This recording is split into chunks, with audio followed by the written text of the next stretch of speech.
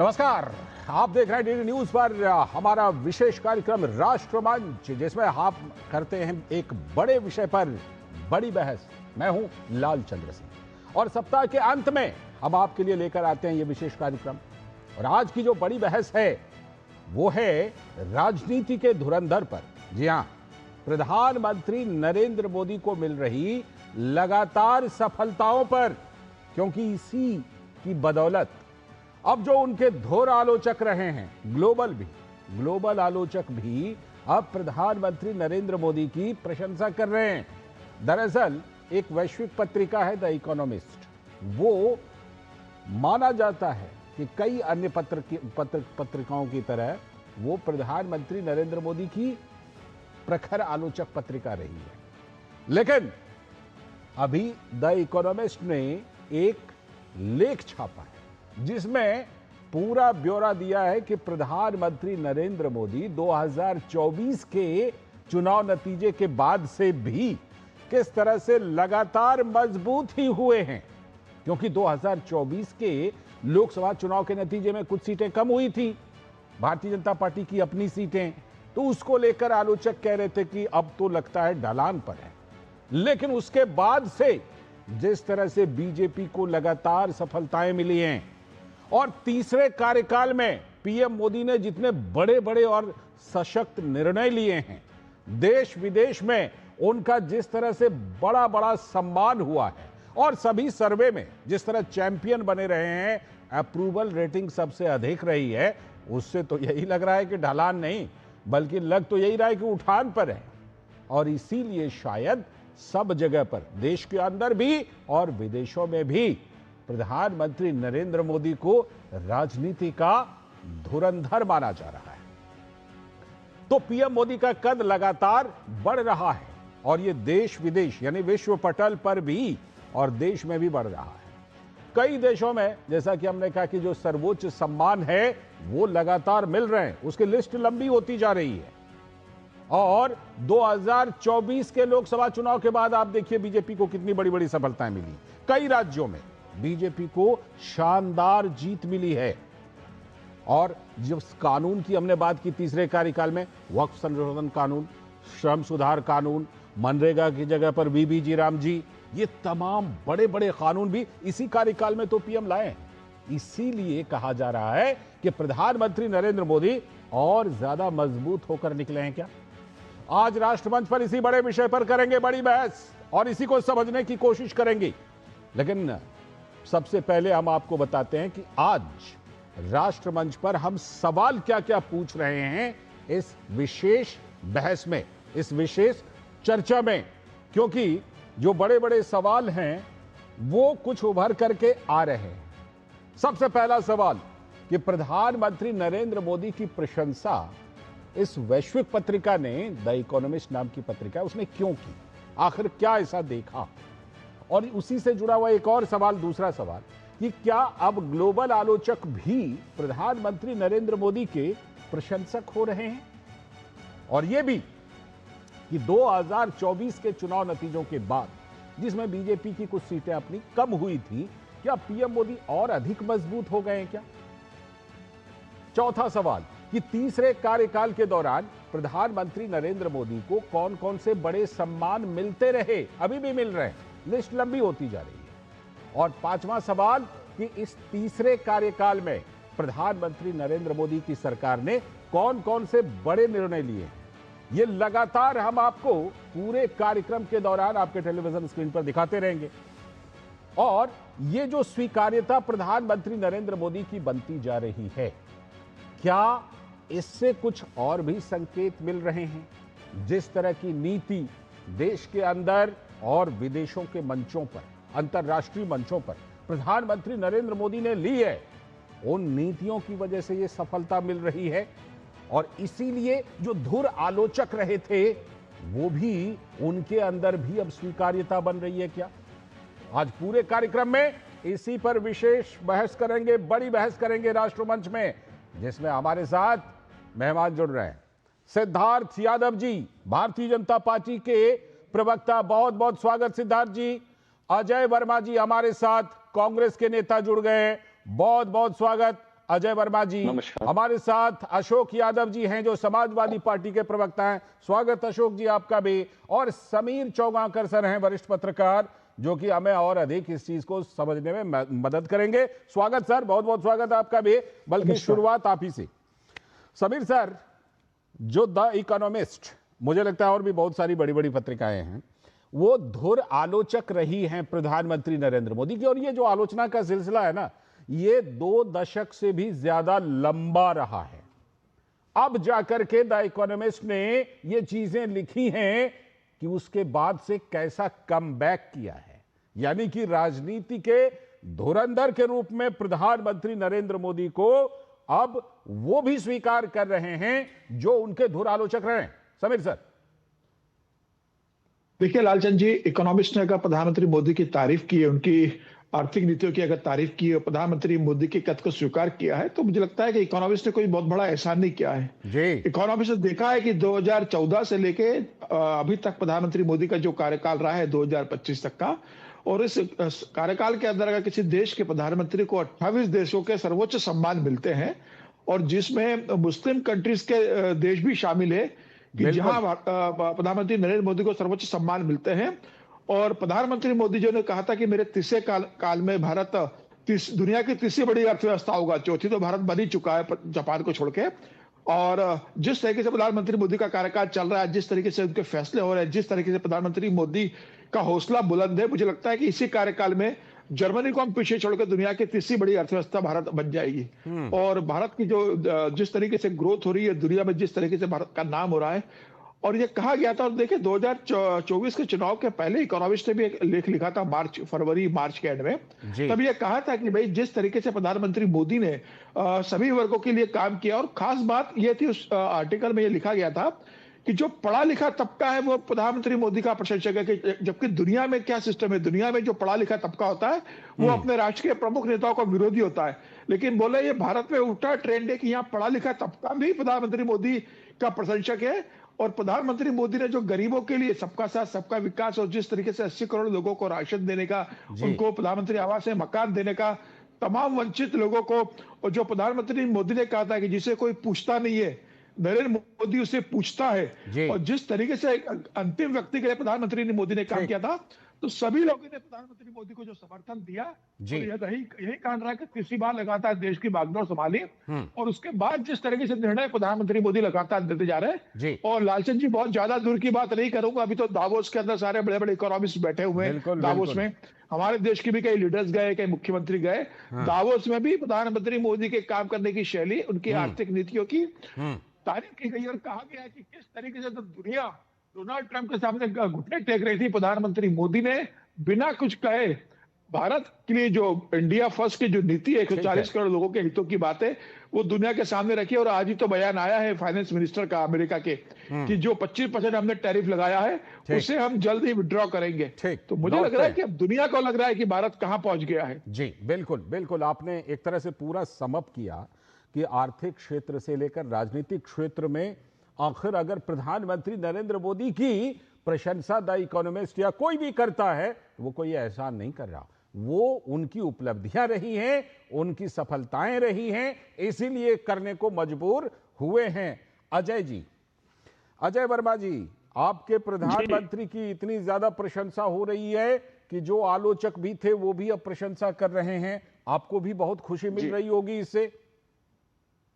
देखिए, संसार में सबसे पहले लालचंद जी मेरा नमस्कार। नमस्ते सर। बहुत बहुत बधाइयां। बसंत पंचमी चली गई, एक आपको परिवर्तन भी का युग आता है, ढेर तो सारी बधाइयां आपको, आपके दर्शकों को जी। दूसरा मैं बताना चाहता हूं कि देश में और विदेश में बहुत सारी पत्रिका हैं, ब्लूमबर्ग भी है, द इकोनॉमिस्ट टाइम भी है, और जो टाइम्स मैगजीन भी है। देश की सरकार तरक्की करे, ये हिंदुस्तान के सब लोगों का मानना है। लेकिन जब हम इंडेक्स उठाते हैं, वर्ल्ड हैप्पीनेस इंडेक्स, तो वो भी पूरा देश पता है। जब हम वर्ल्ड हंगर इंडेक्स उठाते हैं तो उसका भी पूरे देश को पता है कि हम किस नंबर पर थे, 14 में कहाँ हैं। देश की सरकार के इकोनॉमिस्ट या देश की सरकार के मुखिया, देश की सरकार के वो सहयोगी जो इनका फेवर करे, जो इनकी तारीफ लिखे, जो इनके फेवर की बात करे, जो इनके सच और झूठ में साथ दे, वो तो इनके लिए बहुत बढ़िया है, नमन है, वर्ड प्रसिद्ध है, पुराना है, ताजा है। लेकिन जो इनके जब खिलाफ चला जाता है कि अगर आप भी इनके खिलाफ चले गए, जैसे नवनीत सहगल साहब के साथ हुआ रातों रात में 12 बजे इस्तीफा, तो आपके साथ भी वही काम ये सरकार करने से नहीं चूकेगी। लेकिन अब मैं बताना चाहता हूँ, आप तो जबरदस्त आलोचना करते हैं और पूरी स्वतंत्रता है आपको आलोचना करने की। नहीं, ये तो भारत, देखिए, फ्रीडम ऑफ स्पीच बाबा साहब के संविधान ने दी है भारत में। ये हिटलर के यहाँ जर्मन में नहीं थी, जो हिंदुस्तान में है, लेकिन 2014 से इस पे भी रोक का प्रयास किया जा रहा है। ये तो कुछ हम जैसे लोग हैं, दीवाने हैं, कहाँ चले भी कहाँ चले, जेल चले भी, जेल चले बंद कर दो, रोटी तो वहां भी मिलेगी ना, यहाँ बढ़िया मिल रही ना वहां बढ़िया मिलेगी, एक ही खा लेंगे। तो मैं थोड़ा सा ये बताना चाहता हूँ कि आपको याद हो, एक पत्रिका छपी थी पीछे, याद है आपको, टाइम्स पत्रिका 2025 के कवर पर। अब उसने डिवाइडर इन चीफ देश के प्रधानमंत्री को लिखा था, एक बड़ा लेख मशहूर हुआ था और फ्रंट पे खबर दी थी। अच्छा, कहीं ऐसा ना हो अजय जी, कहीं ऐसा ना हो कि वो भी कल को द इकोनॉमिस्ट की तरह या बाकी पत्रिकाओं की तरह प्रधानमंत्री की वो भी तारीफ कर दे। मैं जा रहा हूं, मैं अपना पूरा कर लूं, फिर मैं आपको जवाब दूंगा। देखिए, फिर दूसरी पत्रिका इन्होंने कहा कि इकोनॉमिस्ट पत्रिका, निश्चित ये लंदन से पत्रिका निकलती है, बड़ी महंगी पत्रिका है, इसके दर्शक भी बड़े वो हैं, लेकिन सब ये प्रायोजित कार्यक्रम होते हैं। ये इनका जो जितनी पत्रिका है, जब सरकार के फेवर में निकाल देती हैं, तो जब ये है, अब अडानी साहब के ऊपर पिछले 12 महीने से करीब नोटिस सर्व जो है अमेरिका की सरकार कर नहीं पा रही है, तो इन्होंने कहा कि चलिए अब सिस्टम सीधा करके वो ऑनलाइन करके भेजना चाहते हैं। कुल मिलाकर आप अध्ययन तो करेंगे कि देश में द इकोनॉमिस्ट का ये वाला जो लेख है, ये आपको प्रायोजित तो नहीं लग रहा है कि इसको छपवा दिया होगा?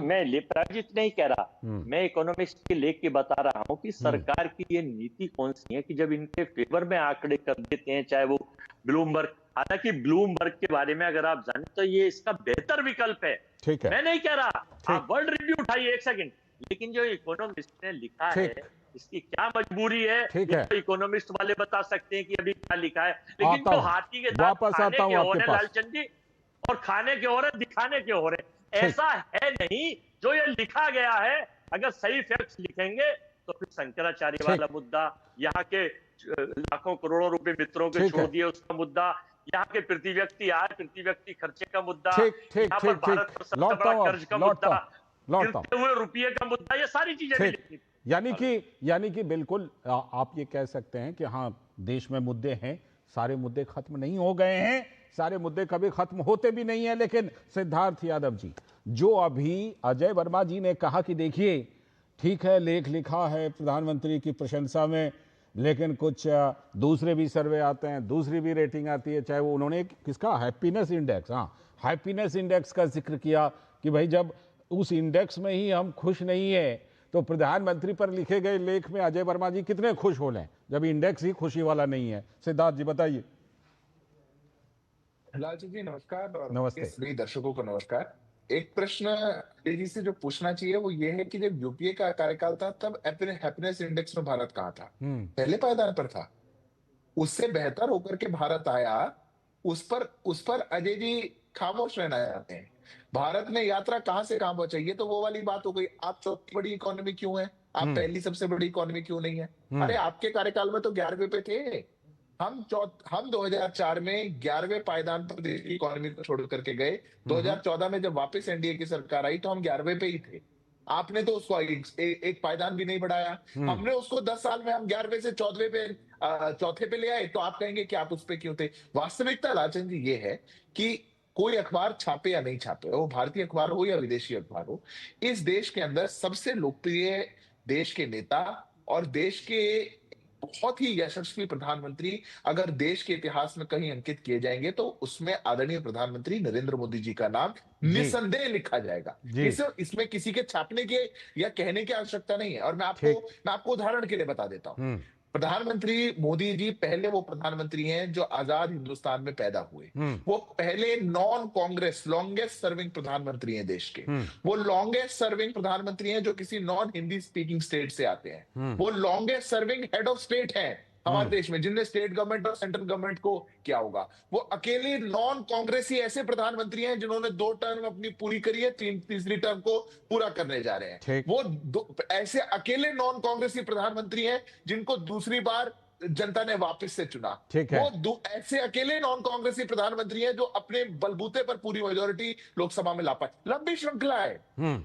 जितनी बार देश के आदरणीय प्रधानमंत्री नरेंद्र मोदी जी ने विदेशी संसदों को जाकर के उद्बोधन किया है, आजादी के बाद हम सभी प्रधानमंत्रियों को जोड़ लेंगे, तो भी उतना नहीं किया। ठीक है। अगर हमारे देश के प्रधानमंत्रियों को देश की और दुनिया की बड़े बड़े देश और बड़े बड़े संस्थाएं अगर उनका सम्मान करती हैं, उनको अपना सर्वोच्च सम्मान देती हैं, अगर ऑर्डर ऑफ ऑनर दिया जाएगा ग्रीस में, या फिर ऑर्डर ऑफ सेंट एंड्रयू दिया जाएगा रशिया द्वारा, और ऐसे 28 पुरस्कार उनको दिए जाएंगे, ये भारत के गौरव की बात है। बिल्कुल, ये देश के गौरव है। ये देश के प्रधानमंत्री जा रहे हैं और वो अपने लोकप्रियता से देश के लिए ऐसे उसको हमारे देश के अजय जी से मैंने बोला था छवि है उसको वैश्विक पटल पर और मजबूत कर रहे हैं। मेरा आग्रह बस केवल इतना है लालचंद जी, मैं 10 सेकंड लूंगा। कुछ बातें ऐसी होती हैं जिन बातों को विपक्ष भी अगर सहज स्वीकार कर ले तो कोई बहुत बड़ी बात नहीं है। मुद्दे पे मतभेद होना कोई बहुत बड़ी बात नहीं है। लोकतंत्र चल रहा है, स्वाभाविक बात है, नीतियों पे मतभेद हो सकता है,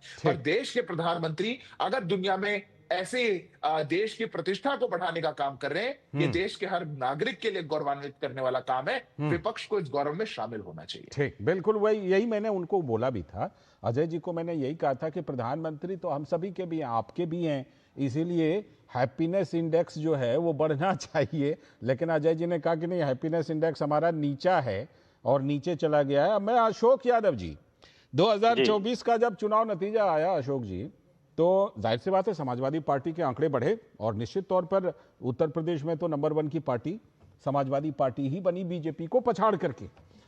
उसके बाद से बहुत सारी चर्चा हुई, लेकिन अब अशोक यादव जी क्या लग रहा है, क्या ऐसा लग रहा है कि जबरदस्त कमबैक हुआ है और जो आप लोगों की जो प्लानिंग थी, आप लोगों की जो उम्मीदें थी, क्या उसमें कहीं कुछ चूक भी हो रही है जिससे कि बीजेपी को, प्रधानमंत्री नरेंद्र मोदी को, मैं इस समय राजनीतिक सफलता की बात विशेष रूप से कर रहा हूं कि लगातार एक के बाद एक बड़ी बड़ी सफलताएं मिलती जा रही हैं। राज्यों के नाम मैं गिनाता रहूं, चुनावों के नाम गिनाता रहूं, और वो टेलीविजन स्क्रीन पर लगातार चल भी रहे हैं, लगातार हमारे टेलीविजन स्क्रीन पर, कि किन किन राज्यों में बीजेपी को बड़ी बड़ी कामयाबी 2024 के नतीजे के बाद मिली। तो कहां पर चूक गए उस मोमेंटम को बढ़ाने में?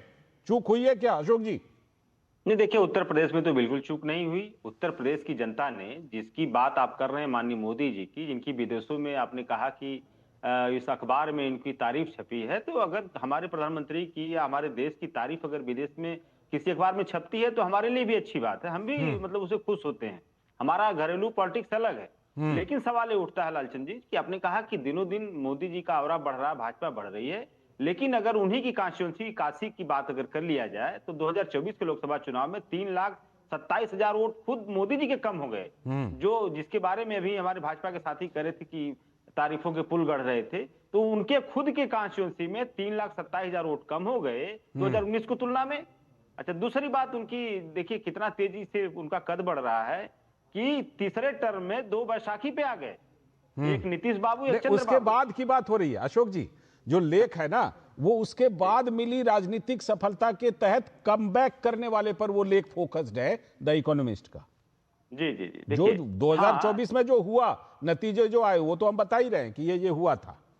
जी जी हाँ, उसके तो बाद अब देखिए राज्यों के चुनाव को लेकर के इकोनॉमिक्स टाइम ने जो खबर छापी, या उनका जो प्रधानमंत्री जी का जो चीजें आप बता रहे हैं, उसका नाम है द इकोनॉमिस्ट। हाँ जी जी, द इकोनॉमिक्स। देखिए, कुछ ऐसे क्रिकेटर होते हैं, प्लेयर होते हैं, जो देश के लिए नहीं खेलते हैं, खुद अपने रिकॉर्ड के लिए खेलते हैं। तो इसी में से एक प्रधानमंत्री जी हैं, मोदी जी हैं, जो देश के लिए नहीं, अपने खुद के रिकॉर्ड के लिए रिकॉर्ड बनवाने का प्रयास करते हैं। आपको पता होगा, अगर देश विकास कर रहा होता तो लगातार डॉलर और रुपए में ये जो कंपटीशन चल रहा है रुपए का, कि हर रिकॉर्ड को अपना रुपया खुद ध्वस्त कर रहा है नीचे गिरने का।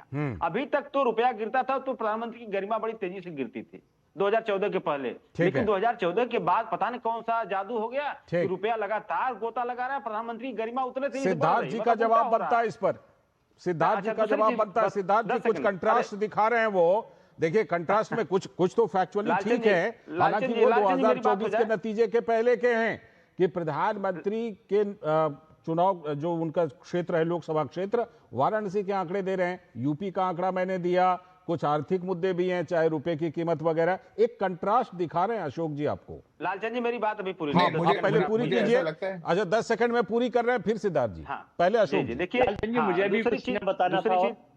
दूसरी चीज इकोनॉमी को लेकर के ministry of statistics and programme implementation, उसने जो आंकड़े प्रस्तुत किए थे, अभी सिद्धार्थ जी बता रहे थे जीडीपी को लेकर के, हमारी इकोनॉमी को लेकर के, तो जो ministry of statistics and programme implementation ने जो आंकड़े प्रस्तुत किए थे, उन आंकड़ों पर इंटरनेशनल मॉनेटरी फंड ने कहा कि ये आंकड़े भ्रामक हैं और उनकी क्रेडिबिलिटी को भी गिरा दिया। अच्छा। कैटेगरी बी से घटा करके कैटेगरी सी में डाल दिया। तो आप जो है, हमारे आडम गोडवी एक शायर होते थे, वो कहते थे कि तुम्हारी फाइलों में गांव लेकिन का मौसम गुलाबी है, अशोक जी इसके मुकाबले IMF, वर्ल्ड बैंक जैसी तमाम संस्थाओं की रिपोर्ट जो है, उसको अगर कुल मिला करके आप देखिएगा तो आपको लगेगा कि आपके देश का कद कितना आगे बढ़ा है। सिद्धार्थ जी जवाब देंगे, उसके बाद फिर आगे बढ़ेंगे हम। सिद्धार्थ जी, कुछ जो कंट्रास्ट दिखाया अशोक जी ने, उसका जवाब। लालचंद जी, मैं दोनों बातों की बात करता हूं। पहले बात तो जिस लेख पर हम आज चर्चा कर रहे हैं, द इकोनॉमिस्ट का जो लेख है, वो 2024 के चुनाव की बात मैंने वो बार बार क्लियर किया है जी। तो ये कमबैक के बारे में, पीएम मोदी के कमबैक के बारे में है ये जी। हाँ, तो अशोक जी जो 24 का आंकड़ा बता रहे हैं, 24 का आंकड़ा अशोक जी सहज हमको सबको पता है, पर आप उसके बाद 24 में अटक गए हैं क्या? आपने 25 नहीं देखा, अभी 26 नहीं देख पा रहे हैं, क्या हो रहा है? क्योंकि 24 के भी लोकसभा चुनाव के साथ 5 राज्यों के विधानसभा चुनाव हुए थे, उसमें भी भारतीय जनता पार्टी को प्रचंड जीत मिली थी। उसके बाद हरियाणा हुआ, उसके बाद दिल्ली हुआ, उसके बाद महाराष्ट्र हुआ, उसके बाद बड़े बड़े राज्य जहां पर भारतीय जनता पार्टी ने अपनी इतनी मजबूत स्थिति बना करके आदरणीय प्रधानमंत्री जी के नेतृत्व में सरकार बनाई है और जनता ने अपार समर्थन दिया है। झारखंड का उल्लेख नहीं किया सिद्धार्थ जी। जी, झारखंड का स्वाभाविक है, झारखंड में हमको जीत नहीं मिली, झारखंड में हमको जीत नहीं मिली, पर जहां जीत मिली, आप मानेंगे स्ट्राइक रेट जहां पर 80% चल रहा हो, तो वहां पर तो उसकी चर्चा करनी पड़ेगी लालचंद जी, कि जनता कैसे, मान लीजिए 24 के परिणामों के बाद भी आदरणीय प्रधानमंत्री जी के हाथों को मजबूत कर रही है, ये बातें बता रही है। स्वाभाविक है चुनाव में कुछ ऊपर नीचे होता है। हाँ, अजय जी आ रहा हूँ, अजय जी आ रहा हूँ। कॉन्ट्रास्ट भी दिखा रहे थे, मैं कॉन्ट्रास्ट का भी जवाब दे देता हूं। हाँ, आ रहा हूँ अजय जी, आ रहा हूँ। हमारे देश में अभी ईयू की प्रेसिडेंट आ रही है। ईयू की प्रेसिडेंट कह रही है, India is the most dynamic and vibrant economies. हम जो डील इंडिया से करने जा रहे हैं, it's going to be mother of all deals. ये नहीं दिखेगा विपक्ष को, ये नहीं बोलेंगे अजय जी, क्या ये नहीं दिखता अजय जी? और क्या अभी तक 2024 के जून में सुई अटकी हुई है सबसे अच्छा डेस्टिनेशन बता रहे हैं, वो नहीं दिखेगा। अजय जी जवाब दीजिए। मनगढ़ंत आंकड़े वो पेश करेंगे तो देखिए क्या 2024 के जून में अटके हुए हैं विपक्ष के लोग? लालचंद जी, सिद्धार्थ जी युवा हैं, यंग हैं और 50 की जो एज रखी है उसमें आने वाले हैं और एडवोकेट जनरल भी। मैं ये बताना चाहता हूँ, तुलनात्मक अध्ययन तो सही करें कम से कम। हाथी से हाथी का करें, चींटी से चींटी का करें। बात इंटरनेशनल पत्रिका ब्लूमबर्ग की, टाइम्स की, इकोनॉमिक्स की होती तो ये झारखंड की और मध्य प्रदेश की तुलना करें, ये जायज। कोई भी देश का लोग बताएगा। एक नंबर।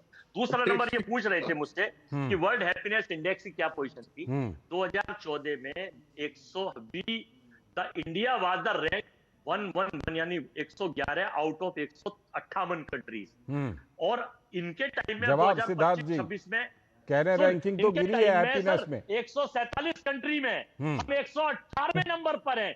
जबकि भारत फल फूल रहा है, विश्व गुरु बन गए हैं, हमारे को सब तरफ सिर झुका रहे हैं। चाइना हमारे कहने से डर गया है, पाकिस्तान हमारे कहने से डर गया है, युद्ध हमारे कहने से रोक दिया है, रशिया ने हमारे कहने से रोक दिया है। और सुन लीजिए, फिनलैंड सेकंड, आइसलैंड थर्ड और मैक्सिको सिद्धार्थ जी का जवाब ले लीजिए में, और हम 118वें नंबर पर है। प्लीज सिद्धार्थ जी थोड़ी देर हम 118 नंबर।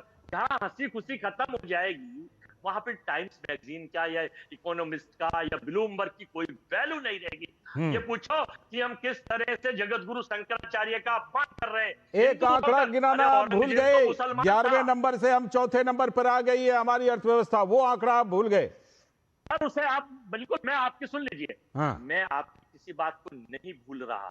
आप तुलनात्मक अध्ययन तो सारे करेंगे। अब आप वर्ल्ड हंगर इंडेक्स पे आ जाइए, हम 117 में से 111 नंबर पर हैं और 2014 में हम 89 नंबर जवाब पर थे। सिद्धार्थ जी। तो और भी मैं और अगर मैं आपको डॉलर उत्तर का तो अवसर दीजिए। 100 के पास जाने जा रहा है मित्रों। आप सिद्धार्थ जी का जवाब ले लीजिए, सिद्धार्थ जी का जवाब ले लीजिए। आपने जो जितने सवाल उठाए उस पर सिद्धार्थ जी का जवाब। देखिए अजय जी, मैं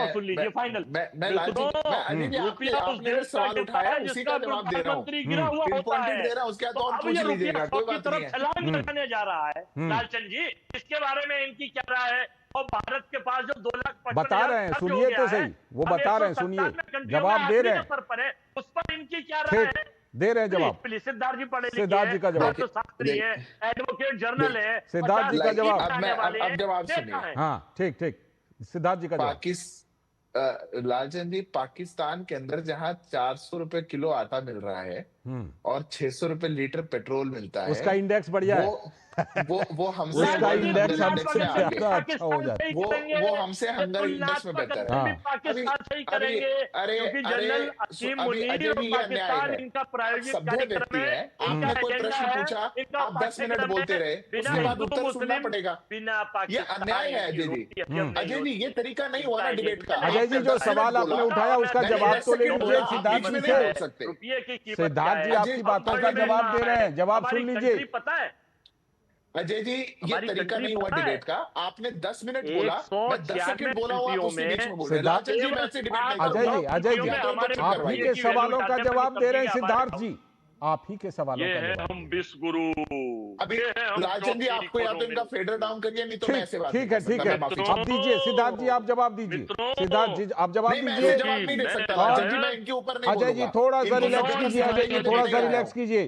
सिद्धार्थ जी का जवाब। बायोलॉजिकल के शिष्य हैं सिद्धार्थ जी, और कुछ नहीं कहना चाहता। ठीक है, बोलिए आप सिद्धार्थ जी, बोलिए। मैं पहले तो हाथ जोड़ करके विनती करता हूं, अजय जी आपने 10 मिनट बोला, मैं 1 मिनट बोलूंगा, उसके बाद आप 10 मिनट और बोलिएगा। ये डिबेट का तरीका नहीं हो सकता। आप दर्शकों के लिए भी ऐसा मत करिए कि कोई दर्शक टीवी ना देख पाए। आप सभ्य व्यक्ति हैं, सभ्यता से डिबेट करिए। मैं 2 बात बोल रहा हूं केवल लालचंद जी। पहली बात ये, जो पाकिस्तान आटे के लिए कटोरा लेकर के घूमता है और जिनके पास खाने को रोटी नहीं है, वो हमसे वर्ल्ड हंगर इंडेक्स में ऊपर है। और जिस श्रीलंका के अंदर राष्ट्रपति को घर में घुस करके भीड़ आ गई और राष्ट्रपति को उड़ करके हेलीकॉप्टर से बाहर जाना पड़ गया, सड़कों पे लोग थे, त्राहिमाम था, वो हमसे हैप्पीनेस इंडेक्स में ऊपर है। कमाल बात है। ये इंडेक्स पर ताली बजा रहे हैं आप। कौन से इंडेक्स हैं ये किनको समझा रहे हैं आप? ये मेरी पहली बात। तो इस पर तो मेरे को एक शेर भी याद आ गया लालचंद जी। लश्कर भी तुम्हारा, सुनाइए बढ़िया सा शेर सुनाइए।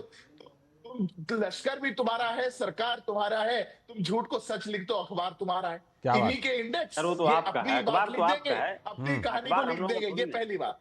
दूसरी बात, अभी अखबारों की बहुत बात हो रही है, तो मेरे को द गार्डियन, एक बहुत बड़ा अखबार है यूनाइटेड किंगडम्स का, लंदन से प्रकाशित किया जाता है, उसका 18 मई 2014 का एक आर्टिकल याद आ गया। उस आर्टिकल का शीर्षक था और उसमें एक लाइन लिखी हुई थी कि 18 मई 2014 में जब पहली बार सरकार भारतीय जनता पार्टी की बनी, ये दिन है जब finally the British have left India. ये वो मानसिकता है जो कॉलोनियल माइंडसेट था, जो भारत को छोड़ करके गया। हम उन चीजों को दूर करके आए। भारत क्या तरक्की कर रहा है, ये आंखों से दिख रहा है। भारत कहां आगे बढ़ रहा है, ये आंखों से दिख रहा है। IMF और वर्ल्ड बैंक आपको बेस्ट ग्लोबल इन्वेस्टमेंट डेस्टिनेशन बता रहे हैं। देश के अंदर 100 से ऊपर यूनिकॉर्न्स बन चुके हैं, $1 बिलियन कंपनियां। इतने स्टार्टअप 80 लाख से ऊपर स्टार्टअप आज देश के अंदर रजिस्टर्ड है। 2014 से पहले कितने थे, हमको पूछना चाहिए। वर्ल्ड क्लास इंफ्रास्ट्रक्चर हम आज डेवलप करने लग रहे हैं। अशोक यादव जी कुछ कहना चाह रहे थे। कैपिटल एक्सपेंडिचर भारत में हो रहा है। ये सब देखते हुए भी जो अन्याय आप करते हैं, ये मेरी आपत्ति इस पे। ठीक, अशोक यादव जी को जवाब देना चाह रहे हैं। दो चीजें अभी सिद्धार्थ जी ने कहा। अजय जी आप ही के सहयोगी अशोक जी जवाब दे रहे हैं, सुन लीजिए। हाँ, अभी सिद्धार्थ जी ने पाकिस्तान की तुलना किया और श्रीलंका की तुलना की। हम लोग बचपन में एक पोयम पढ़ते थे कि एक विंडो से 2 बच्चे झांक रहे थे, एक स्टार देख रहा था, दूसरा कीचड़ देख रहा था। तो ये सरकार ऐसी है कि जो कीचड़ देखेगी पाकिस्तान को देखेगी, यहाँ पर अशोक जी थोड़ा सा सुन लीजिए। अशोक जी थोड़ा सा यहाँ पर करेक्शन की जरूरत है। करेक्शन की इसलिए जरूरत है क्योंकि हैप्पीनेस इंडेक्स वगैरह के का हवाला अजय जी ने दिया, ठीक है। नहीं, उस वो ठीक इंडेक्स है, में उस तरह के बिल्कुल, कई बिल्कुल, इंडेक्स में आप जिन देशों को कीचड़ भी कह रहे हैं ना, वो उनको भी उस इंडेक्स में ऊपर रखा गया है। इसीलिए सिद्धार्थ जी ने ये बात कही थी। अब बोलिए लालचंद जी, देखिए वो बात उनकी सही है, उन्होंने जिस परिप्रेक्ष्य में कहा है, लेकिन तुलना किससे कर रहे हैं? तुलना सिर्फ ये नहीं कर रहे हैं, इनके हर नेता तुलना करता है पाकिस्तान से, इनका हर नेता तुलना करता है जैसे श्रीलंका से। हमारी सरकार जब यूपीए गवर्नमेंट थी तो हम लोग अमेरिका से तुलना करते थे, फ्रांस से तुलना करते थे। ये हमारी सोच है, और इनकी सोच देख लीजिए, कौन कीचड़ देख रहा है, कौन स्टार देख रहा है। और दूसरी जो इन्होंने कहा है, नहीं, दरअसल उसके जरिए ना ऐसे देखिए, लिस्ट पर वो सवाल उठा रहे थे, ऐसे इंडेक्स। ठीक है, देखिए इन्होंने गार्जियन अखबार की बात किया, लेकिन आपके इन्हीं के सांसद या तमाम इनके नेता ये कहते हैं कि देश को तो असल आजादी 2014 के बाद मिली। अब आप बताइए, जो गार्जियन अखबार लिख रहा है वही इनके नेता बोलते हैं कि देश को असल आजादी 2014 के बाद मिली। अब आप ये बताइए, जितने हमारे क्रांतिकारी शहीद हुए उनकी शहादत का क्या? किसने कहा कि देश को आजादी 2014 के बाद मिली? किसने कहा? नहीं, अरे कंगना रनौत जो किसकी कंगना रनौत ने किसी दूसरे संदर्भ में कहा, कंगना रनौत ने एक दूसरे संदर्भ में कहा जी।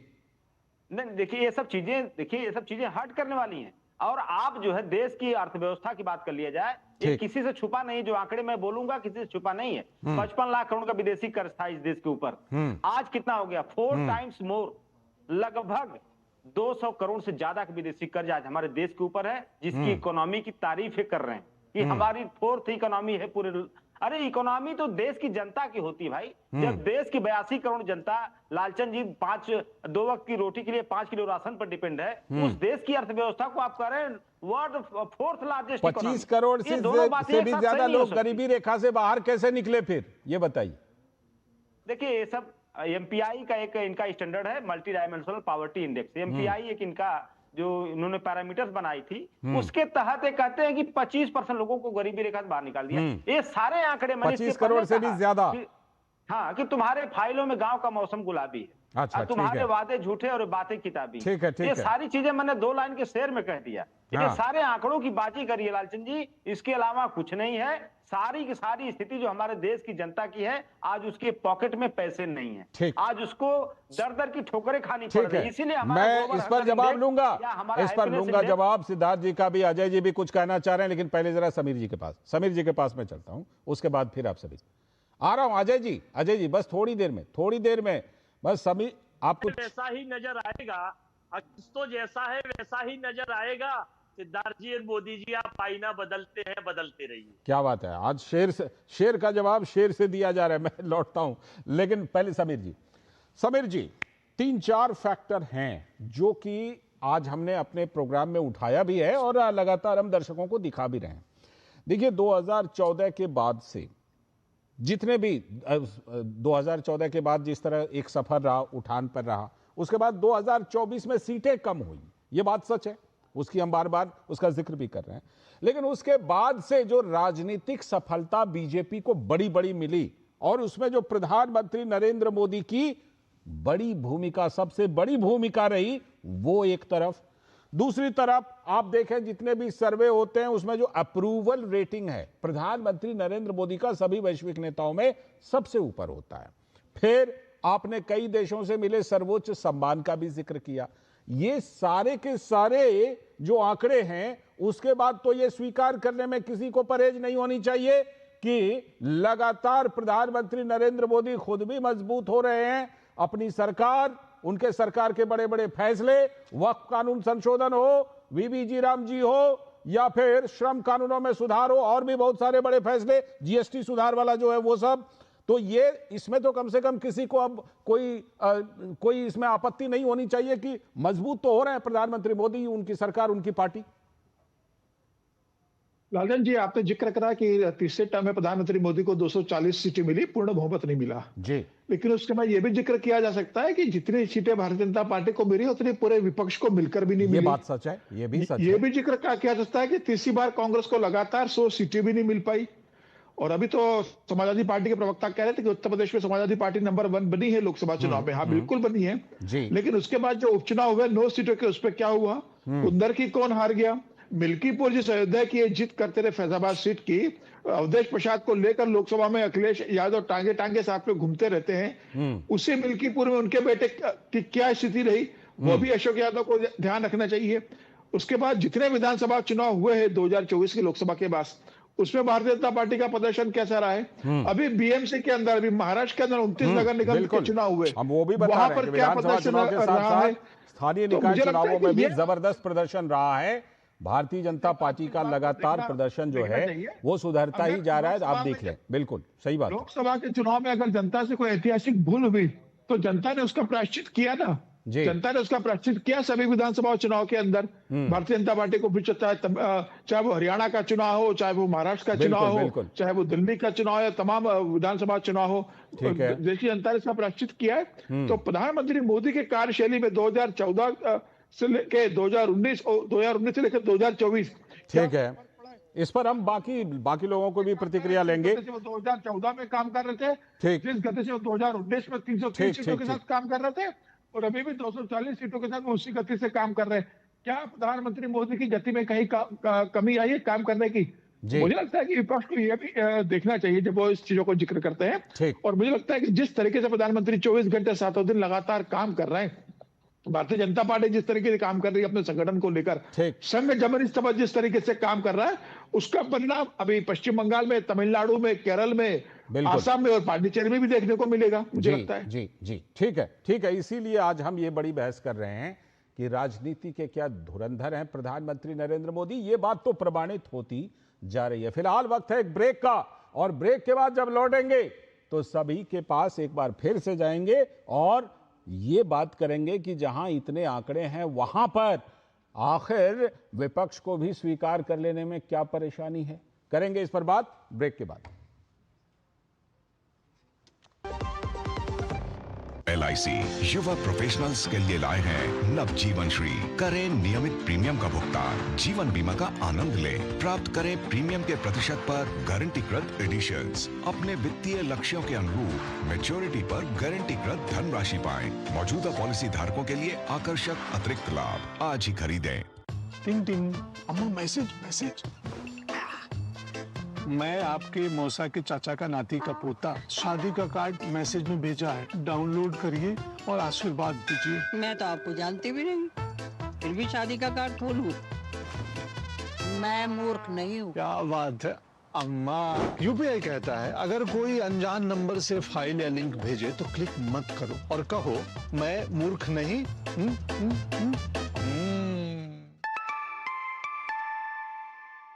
जाइए आप भी किसी का टेस्ट लीजिए।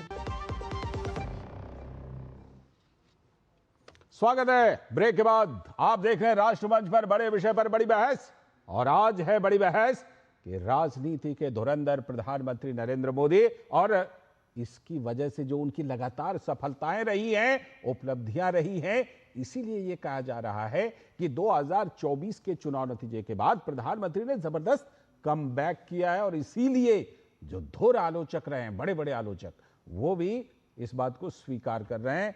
सीधे मैं इस समय रुख करता हूं अजय वर्मा जी का। अजय वर्मा जी कुछ कहना चाह रहे थे, उस समय उनकी बात थोड़ी अधूरी रह गई थी। अजय जी ये बताइए कि अब क्या परेशानी है जहां पर इतनी सारी बातें हैं जो कि ये साबित करते हैं कि चाहे राजनीति के क्षेत्र में हो, चाहे सरकार के द्वारा संसद में कानून पारित करवाने की बात हो, चाहे तमाम आंकड़े हों, ये तो बिल्कुल साबित है कि 2024 के नतीजे के बाद जो विपक्ष में उत्साह था कि चलो अब तो कम से कम हमने धारा को पलटने की शुरुआत कर दी है, वो कहीं ना कहीं विपक्ष की वो कोशिश कमजोर पड़ रही है लगातार।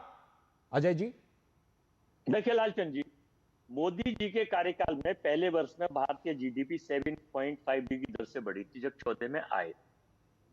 उनके प्रधानमंत्री काल के पहले 8 वर्षों में, गौर करने वाली बात, भारत की जीडीपी औसत वृद्धि दर 5.5 रही, जबकि पिछली सरकारों के कार्यकाल में यह 7.03 थी जी। अगर ये पुरानी बात करते हैं, 14 से पहले की बात करते हैं, नेहरू जी की बात करते हैं, कांग्रेस की बात करते हैं, 1926 के औरंगजेब की बात करते हैं, तो इन्हें इन बातों पे भी तो करना चाहिए। अब मैं पूछना चाहता हूं, जो आज के सबसे ज्यादा लोकप्रिय मूवमेंट्स हैं, मुद्दे हैं, गरीबी, प्रदूषण, निरक्षरता, भ्रष्टाचार, लैंगिक असमानता और महिलाओं के खिलाफ हिंसा और देश की सोशल फैब्रिक की तरफ खत्म होना। हमारे पत्रकार बंधु बैठे हैं, समीर चौहान साहब बड़े अच्छे पत्रकार हैं, अच्छी लेख लिखते हैं, बढ़िया लिखते हैं, बढ़िया मौका मिलता है, आलोचना से भी नहीं चूकते, लेकिन जब चश्मा चढ़ जाता है सरकार का तो थोड़ी सी दिक्कत आती है। हालांकि चढ़ाते नहीं है, कम चश्मा ये किनके लिए आप कह रहे हैं कि सरकार का चश्मा चढ़ जाता है? नहीं, मैं कह रहा हूं कि हमारे बड़े अच्छे मित्र बैठे हैं, समीर चौगांवकर साहब। हाँ, सुन लीजिए, चौगांवकर, तो समीर चौगांवकर जी। मैं कह रहा हूं ये बहुत कम चश्मा चढ़ाते हैं, इसके लिए बधाई के पात्र हैं, लेकिन कभी कभी गलती से ये प्रभाव में आ जाते हैं, सरकार के में चढ़ जाता है। तो मैं ये नहीं कह रहा, ये मुद्दों पे चर्चा करते हैं। तो आपको लगता है कि समीर जी जो बात कह रहे हैं वो प्रभाव में आकर के बात उस तरह का कह रहे हैं, जो भी बात कह रहे हैं? सर मैं कह रहा हूँ कभी कभी आदमी को, अभी नहीं ना, वैसे नहीं चढ़ाते, अभी हमेशा नहीं अभी तो नहीं कही है, हमेशा वाली कैटेगरी दूसरी। अब मैं दूसरी चीज पूछना चाहता हूँ। 2014 की बात करते हैं, 2014, 2025, जब भारत एक पुर्तगाल से आए थे यात्री वास्को डी गामा या यानका, उन्होंने खोज की थी पुर्तगाल पे आके। ऐसे ही गुजरात से आए थे वास्को डी गामा साहब, जिन्होंने भारत की खोज की थी। मैं इसलिए ये बात कहता हूं बार बार, क्योंकि ये बात मैं नहीं कह रहा, ये होने वाली डिप्टी पीएम कंगना रनौत और इनके कई नेता कहते हैं कि गांधी का कोई योगदान नहीं रहा। अब जब योगदान नहीं रहा और आपका नया भारत है, तो 2,55,000 करोड़ कर्ज कैसे पहुंच गया? 1,50,000 रुपए प्रति व्यक्ति जो है बच्चों की जो हमारी आय थी वो घट के कहां पहुंच गई? जीडीपी का स्वरूप हम 5 फर्स्ट कंट्री अमेरिका है हमारी, फिर चाइना है, फिर जर्मन है, हमारा नंबर। आप कहते तो हैं आंकड़ों के साथ यहाँ आ जाएंगे हम। अगर आप देश में चले जाएं तो छोटा व्यापार खत्म हो चुका है, मध्यम व्यापार खत्म हो चुका है। केवल अब आप वो देख लीजिए आर्थिक असमानता की दर क्या है जी, ये भी उनकी पढ़ लीजिए न्यूज।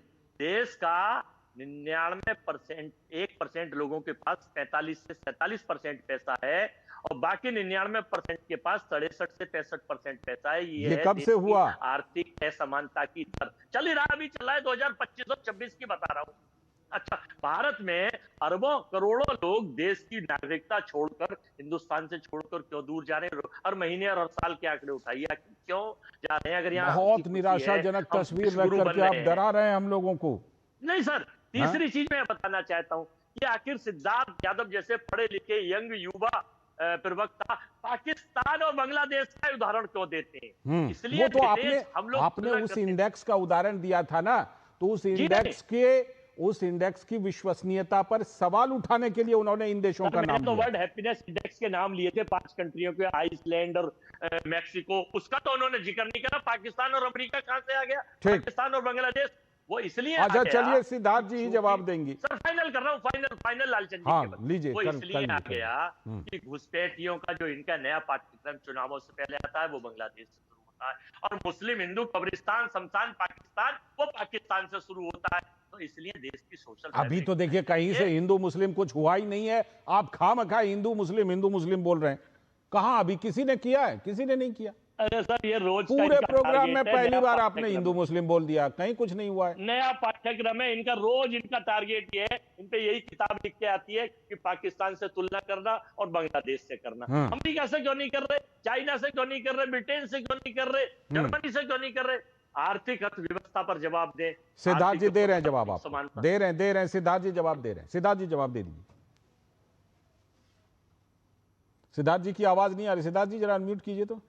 जी, लालचंद जी, सौभाग्य से हमारे देश के अंदर 65% आबादी 35 साल से नीचे की है और औसतन आयु हमारे देश में 28 साल की है।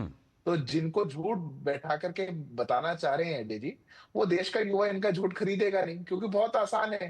देश की आर्थिक स्थिति क्या है उसको जाकर के एआई से देख लेना, गूगल पे देख लेना, बहुत आसान है, आंखों से दिखता है, पता चल रहा है। देश का आज ग्रोथ रेट 6% के नीचे एक बार नहीं गया 10 साल के अंदर।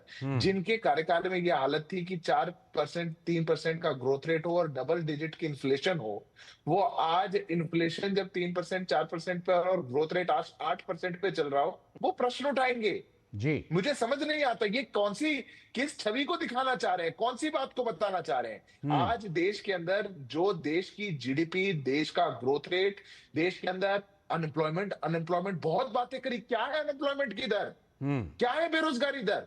क्या है देश की इन्फ्लेशन की दर? कभी आंकड़ों को लेकर के बैठेंगे, मेरे पास एक एक आंकड़ा सामने लिखा हुआ है लालचंद जी, और आपके जितने दर्शक बैठे हैं, कोई भी बहुत सामान्य चीज है, इसमें कोई बहुत बड़ी बात नहीं है। आज देश के अंदर रिटेल इन्फ्लेशन जो है वो भी अपने लोएस्ट में चल रही है। रिटेल इन्फ्लेशन कभी नहीं हुआ, ये देश ग्रो कर रहा है, इन्फ्लेशन कम चल रही है। उन्होंने कुछ आंकड़े गिनाए खराब वाले, आपने अच्छे अच्छे आंकड़े गिनाने शुरू कर दिए। भाई ये सब आंकड़े अच्छे। देखिए कुछ चीजें सामने दिखती हैं लालचंद जी, मैं आपको उदाहरण के लिए बोलता हूं। देश के एमएसएमई सेक्टर ने जो एक्सपोर्ट एमएसएमई 2014 से पहले करता था उसको ट्रिपल कर दिया है। 12 लाख करोड़ का एमएसएमई का एक्सपोर्ट है। कौन कर रहे हैं लोग, कौन है एमएसएमई?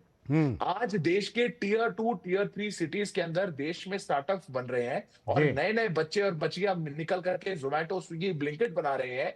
नए नए बच्चे बच्चियां निकल करके एआई में काम कर रहे हैं, डिफेंस सेक्टर में काम कर रहे हैं। हम डिफेंस में इंपोर्टर्स थे, अब एक्सपोर्टर्स बन चुके हैं। मोबाइल के इतने बड़े मैन्युफैक्चरर्स बन चुके हैं, ये आंखों के आगे है। हम सेमीकंडक्टर की चिप बना रहे हैं, सप्लाई चेन का हिस्सा बन चुके हैं। पर समस्या कुछ और है। देखिए जितनी कठिनाई मुझे हैप्पीनेस इंडेक्स के विश्वसनीयता को खारिज करने के लिए अपने तर्क देने में देनी पड़ी, उतनी कठिनाई मेरे को देश की तरक्की समझाने में भी देनी पड़ेगी। अजय वर्मा जी कुछ कहना चाह रहे हैं क्या? अजय वर्मा जी जवाब देना चाह रहे हैं क्या फिर अशोक जी के पास? सकल घरेलू उत्पाद जिस ट्रंप को आप कहते हैं कि उड़ा दिया है, मान लिया है, कर दिया है, 60 बार जिसने कहा कि युद्ध हमने रुकवाया, उनका सकल घरेलू उत्पाद मालूम है? तुलनात्मक अध्ययन करो तो अमेरिका करो, 2025 में 30.4 ट्रिलियन अमेरिकी डॉलर तक पहुंचना है। समझ लीजिए कि 2025 में 26 आ गया है। आप कहाँ हैं? आपके दांत खाने के होने, सिद्धार्थ जी दिखाने के होने। जो बात मैंने अरे आप अमेरिका से तुलना आज कर रहे हैं जी 2014 से। अच्छा ये जो आंकड़ों की उलझन है ना, आंकड़ों की उलझन 2014 से पहले अमेरिका से तुलना करके देखते हैं, आपको आज अमेरिका से तुलना याद आ रही है। अमेरिका देश का पहली अर्थव्यवस्था आज से नहीं बनी, जब आप आजादी लेकर के आए थे तब से है। अब आप मुझे बोलने का फॉरेन रिजर्व नहीं बचा था 2014 के अंदर। पूरे देश के लोग सुनिए, अर्थव्यवस्था को फ्रेजाइल 5 बताया जाता था, आज फैंटास्टिक 5 बताया जा रहा है। आप अमेरिका से तुलना करके दिखाएंगे। कुछ तो करना पड़ेगा कि जब आप 16 लाख करोड़ मित्रों का माफ कर दोगे, 2,55,000 करोड़ देश को कर्जा हो जाएगा। आपके झूठ बोलते हैं आप अजय जी, मैं ऑन रिकॉर्ड बोल रहा हूं, झूठ बोलते हैं। कर्जा वाली कंट्री 196 कंट्री में आप बन गए हैं संसार में। ये मैं नहीं कह रहा, पूरे देश के बच्चे और पूरे देश के लोग गूगल पे डाल लालचंद जी आप बन गए हैं। आपके पास देश की इकोनॉमी के साइज जीडीपी आपको कुछ नहीं पता। 145 करोड़ के तुलनात्मक अध्ययन में केवल कंपेयर करके देखिए अमेरिका की इकोनॉमी और उनका डेट, लालचंद जी जापान की इकोनॉमी केवल 7 कंट्री में आपको बताना चाहता हूँ परसेंटेज को कंपेयर करिए। जापान 300% डेट में, भारत कितने डेट में? केवल 7 कंट्री ऐसी हैं। ठीक है, सुन लीजिए। अब मुझे ऐसा लग रहा है जो है पाकिस्तान से बांग्लादेश से तुलना कर रहे थे, मुझे ऐसा लग रहा है कि आंकड़ों का उलझन कुछ ज्यादा हो गया। दोनों तरफ से आंकड़ेबाजी जो है, आंकड़े का जवाब आंकड़े से बहुत ज्यादा हो गया। मैं थोड़ा इसको अब राजनीति की तरफ मोड़ना चाहता हूं। 196 कंट्रियों में केवल 7 कंट्रियों में भारत के रुपए की कीमत ज्यादा है और कंट्रियों में 189 डाउन पर है। देखिए आंकड़ों में से कुछ आंकड़े खराब भी हो सकते हैं और कुछ आंकड़े अच्छे भी हो सकते हैं। देखना यह चाहिए कि ओवरऑल हमारा देश कितना ऊपर उठा है, किधर जा रहा है। मैं आंकड़ों से थोड़ा बाहर निकलता हूं। अशोक जी को लाइए, अशोक जी को लाइए। अशोक यादव जी, जिस बात पर आज हम चर्चा कर रहे हैं उससे आगे एक तस्वीर बनती है और वो तस्वीर आपको परेशान कर सकती है। जैसे आपकी तारीफ की कि भाई 2024 के चुनाव नतीजे में आपका बहुत अच्छा प्रदर्शन रहा, आप उत्तर प्रदेश में नंबर 1 की पार्टी बने, लेकिन जिस तरह की कामयाबी लगातार प्रधानमंत्री नरेंद्र मोदी को, उनकी पार्टी को मिलती जा रही है, 2027 में आपके यहां चुनाव होना है, बिहार का चुनाव नतीजा आ चुका है, ये चीज कहीं ना कहीं सपा के लिए चिंताजनक है क्या? क्या तैयारी है अशोक यादव जी? लालचंद जी बिहार में लोकसभा चुनाव का परिणाम भी आप देखेंगे तो बहुत संतोषजनक नहीं था, लेकिन उत्तर प्रदेश के लोकसभा चुनाव का परिणाम आप देखेंगे तो जिस हिसाब से हम लोग 37 सीटें स्कोर किए, उसको अगर विधानसभा की सीटों में कन्वर्ट तो ये लगभग 225 सीटें आ रही। तो हम चुनाव उत्तर प्रदेश का हमारे हाथ में है, पीडीए की जनता हमारे साथ है। दूसरी बात मैं आपको कहूंगा आपने कहा कि आंकड़ों की बात नहीं करनी, मैं आंकड़ों की बात नहीं कर रहा, मैं सिर्फ एक्सपोज कर रहा हूं। हमारे भाजपा के साथी को मैं एक्सपोज कर रहा हूं जो लगातार कर रहे हैं कि फोर्थ लार्जेस्ट इकोनॉमी। ठीक है, फोर्थ लार्जेस्ट फिर आंकड़े पर आंकड़े आ जाएंगे। नहीं, आंकड़ों की बात नहीं। देखिए, फिर सिद्धार्थ जी भी आंकड़ों की लंबी लिस्ट रखने लगेंगे। मैं चाहता हूं थोड़ा सा लोगों के लिए इसको रोचक बनाया जाए। 2027 में आपके लिए कितनी बड़ी चुनौती है, ये बताइए। आपके जो दर्शक हैं, बड़े सम्मानित दर्शक हैं दूरदर्शन के, हम लोग भी बचपन से देखते आ रहे हैं। जी, देखिए, जो आंकड़ों का दर्शकों को कम से कम क्लियरिफिकेशन होना चाहिए। हमने पर्याप्त रूप से चर्चा की। अगर टॉप फोर्थ इकोनॉमी हमारी है तो पर कैपिटा इनकम में हम टॉप 50 से भी नीचे हैं। ठीक है, प्रति व्यक्ति आय ठीक है, जो सच्चाई है वो तो है, उससे नीचे हम हैं। ठीक, तो अगर हमारे देश के नागरिकों के जेब में पैसे नहीं है तो ये इकोनॉमी रिफ्लेक्शन किसका है? उसमें ये चीजें भी जोड़ दीजिएगा कि ऐसा कब से है, ऐसा किस लिए है, क्योंकि हमारी आबादी बहुत बड़ी है। आज दुनिया में नंबर 1 है हमारी आबादी। तो जो देश का संसाधन है वो तो सिर के हिसाब से बढ़ जाता है ना, तो पर कैपिटा इनकम कम हो गई। हाँ, चाइना की आबादी क्या है? चाइना की आबादी क्या है बताइए? चाइना की आबादी क्या है? चाइना का पर कैपिटा इनकम क्या हमारी तरह है? चाइना का पर कैपिटा इनकम तो हमारी तरह है नहीं। चाइना का भी आबादी बहुत ज्यादा है। सुनिए, हमारी जितना आबादी चाइना की है।